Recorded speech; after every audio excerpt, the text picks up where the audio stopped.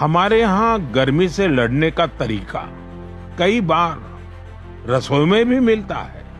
आपने भी देखा होगा, जैसे जैसे गर्मी बढ़ती है वैसे वैसे घर की रसोई का स्वाद बदल जाता है।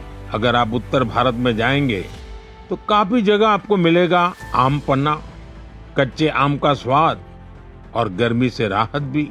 पंजाब हरियाणा जाइए तो लस्सी मिल जाएगी, बड़े गिलास वाली लस्सी। राजस्थान और गुजरात में छाछ जैसे हर खाने की साथी बन जाती है। और बिहार, झारखंड, पूर्वी उत्तर प्रदेश में सत्तू का शरबत, उसकी तो बात ही क्या है। पेट भी भरे, ताकत भी दे। कोंकण और गोवा में कोकम शरबत, सोल कढ़ी, दक्षिण भारत में पानकम, नीरमोर, संबारम और ओडिशा में बेलपना। वो सिर्फ पेय नहीं, भारत के अलग अलग क्षेत्रों की परंपरा का हिस्सा है। और इसमें एक भारत श्रेष्ठ भारत की भावना की झलक भी मिलती है।